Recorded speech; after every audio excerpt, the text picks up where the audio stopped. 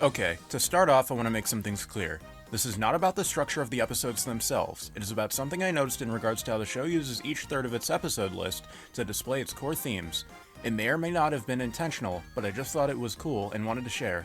Also, this isn't really a critique. Again, just wanted to point something out. Also, major spoilers for the whole show, including the finale. Anyways. The Anxious Jester, Episodes 1, 2, and 3. Episode 1, we are introduced to our main character, Pomni. New to the circus, she is lost, nervous, confused, etc. Naturally, she stops at nothing to find a way to leave, failing again and again and again and again and again. Well, she's forced to accept her fate. There really is no way to leave this digital realm. Episode 2, Pomni meets Gummigoo and goes out of bounds with him. Gummigoo learns that his whole life was a lie and his mother was nothing but a false memory. New to this fact, he is lost, nervous, confused, etc. Pomni, being the empathetic soul she is, tries to help him. Pomni sees herself in Gummigoo, so through helping him, she was able to realize what she herself had been doing wrong. She's only ever seen her new home in the circus as a bad thing, but Gummigoo and later Kaufmo's funeral allowed her to see that you can be somebody real there. Episode 3, Pomni gets trapped with Kinger in the most horrific adventure yet. We learn a lot more about Kinger here as soon as he begins to think. Kinger, having been in the circus the longest, has been in the same place as Pomni before.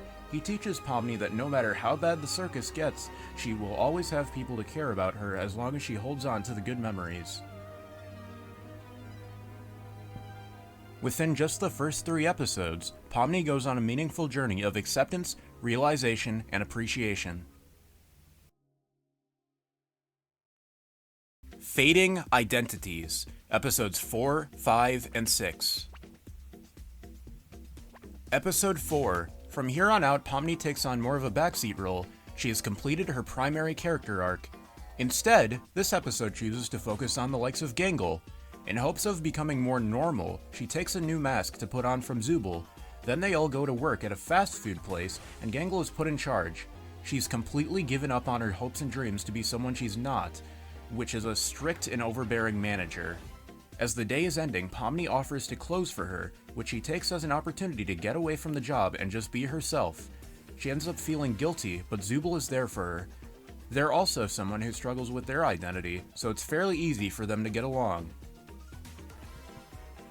Now, I'm going to discuss episodes 5 and 6 in a more conjoined, character-focused manner. What I want to talk about specifically here is the conflict between Ragatha and Jax. Both of them try their hardest to be friends with Pomni for the wrong reasons.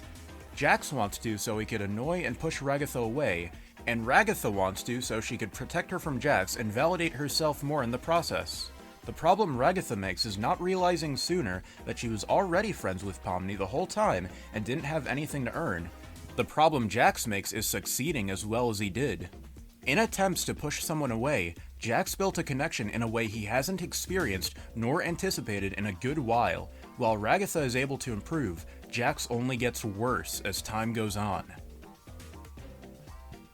The middle section of the series focuses on characters who all mask their emotions in some way, stemming from some sort of trauma and the dangers of doing so. Gangle had her dreams getting crushed by a job, believing it's the hard truth of life. Ragatha had a parent she didn't want to end up like, and Jax had a history that made him confuse what positivity really means. Don't get too close. Episodes 7, 8, and 9. Again, I'm going to talk about episodes 7 and 8 in a more conjoined way.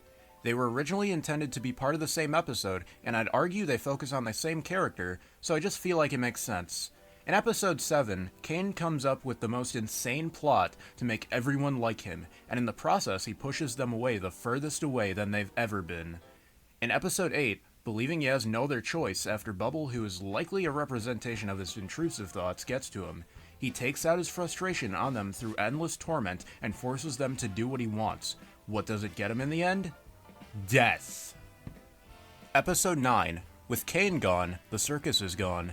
Jax blames it all on Kinger and lashes out. His whole life he's had his feelings meddled with, and that just added fuel to the fire. Now they have nothing thanks to Kinger's mistake. All Jax does is push others away.